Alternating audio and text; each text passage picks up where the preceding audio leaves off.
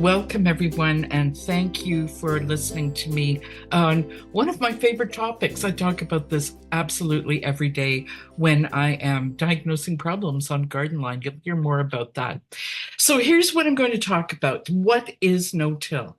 And why no-till? How does it operate? How does it function, benefit you? We're going to talk extensively about mulch, about soil amendments, and then this is really going to be very much a how to install and maintain a no-till garden in the city, in a town, in a village. This is mainly for people who have just a normal sized property, right? So how do you do this around trees, shrubs, flower gardens, raised beds, containers, and vegetable gardens?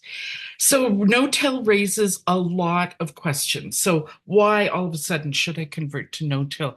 Don't traditional methods work? And traditional methods do work, but I'm going to explain how no-till it improves on how we garden, because we're gardening more from an ecological perspective.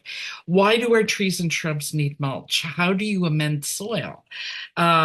Shouldn't soil be soft in order to plant the way it is after it's tilled? How do you plant seeds or transplants into mulch? And how do you hill potatoes in this type of garden? That's a very common question. And how on earth do you add compost if the soil is covered in mulch? Well, no-till is actually very, very simple, and it boils down to these two things. You disturb the soil as little as possible. You only disturb it as much as you need to dig a hole and plant a seedling, as you see in the photo on the left, or scratch up a little bit of soil so that you can put seeds in the soil. And the second element is covering the soil with mulch as much as possible. And you see, I think that's a potato plant with some straw mulch around it.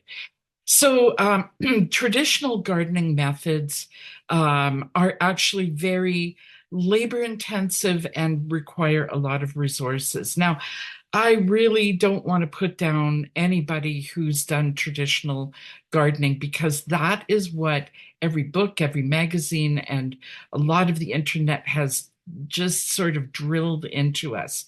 But typically what happens is the soil is drilled in spring, and I'm using a vegetable garden as an example. The soil is left bare, and because it's bare, you get more, and because it's tilled, you get more water loss through evaporation. So you're going to need more water for seed germination and for plant growth throughout the season.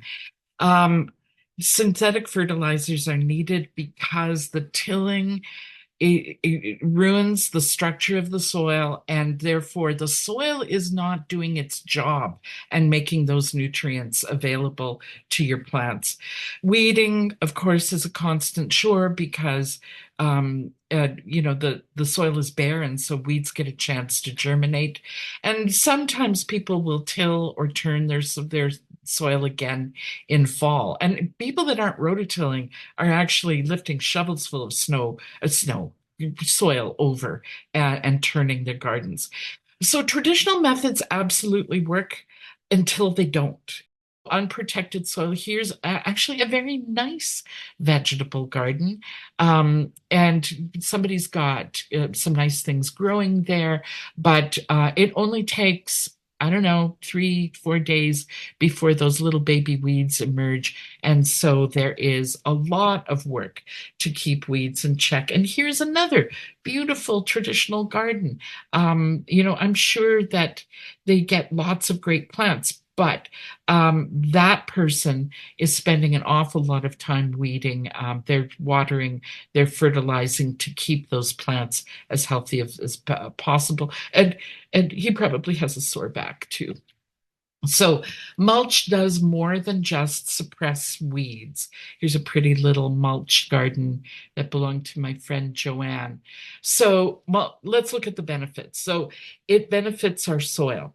And I've talked about how it improves the structure, it improves the way that soil holds together in clumps. Doesn't matter what your soil type is, silt, sand, or clay, the structure will improve. You get better air transfer in the pores, which the roots really need, better water infiltration, and it holds water better. It prevents soil from eroding. You're not going to get compaction unless you stomp on it. Okay, let's be fair. So in the end, you have much better fertility, and the soil temperature is moderated. The plants benefit because you don't get weed seed germination, and we don't want weeds because they compete with the plants that we want for moisture and nutrients. But because the soil structure is really healthy and there's lots of microbial life in there, um, nutrients are accessible to the plants. You don't need fertilizer, and you end up with better yields.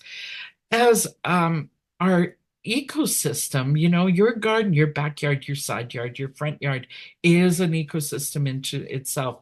Mulch suppresses diseases. Many disease pathogens exist in the soil, and they get onto our plants when the wind blows, it blows the pathogens around, or when it rains and and soil splashes up against our plants.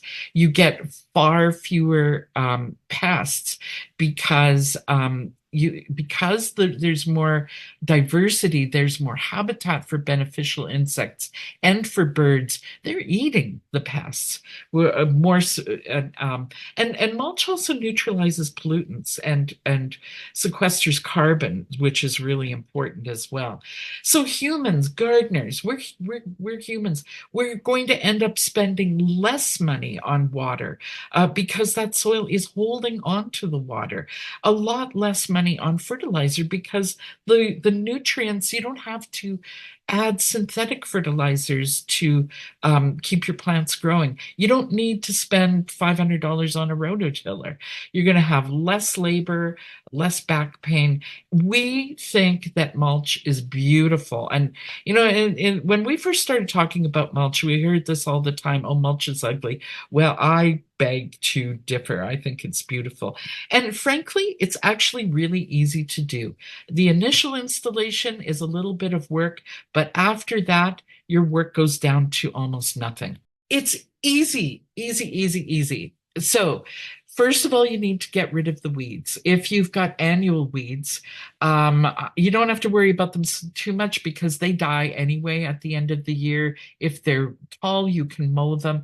But if you have perennial weeds like dandelions or thistle or creeping bellflower, I don't want you to use a spade to dig up your soil. What I want you to do is to get a garden fork, um, to push the tines into the soil beside your weed, and wiggle it around a bit to loosen the soil, and then pull the weed out by the roots. And just, you don't have to be perfect about this. Just do the best you can. The next step is to water deeply before you apply your mulch. So you want you want a fair amount of water. You want the soil to be moist before you mulch. Then, if you want to, you can scatter half an inch to an inch of compost on top of the soil. Again, don't get your spade out, don't get your tiller out. You do not need to dig it in because the soil microorganisms, the earthworms, and so forth are going to naturally draw that compost or organic matter into the soil. Then apply your mulch, and the ideal depth is like around 4 to 6 inches, 10 to 15 centimeters. But a key point is that you don't want to cover the crowns of your existing plants with mulch, and you don't want to bank it around the trunks of trees. Never, ever, ever put landscape cloth or cardboard or newspaper under mulch. And then when you're all done, water the mulch again.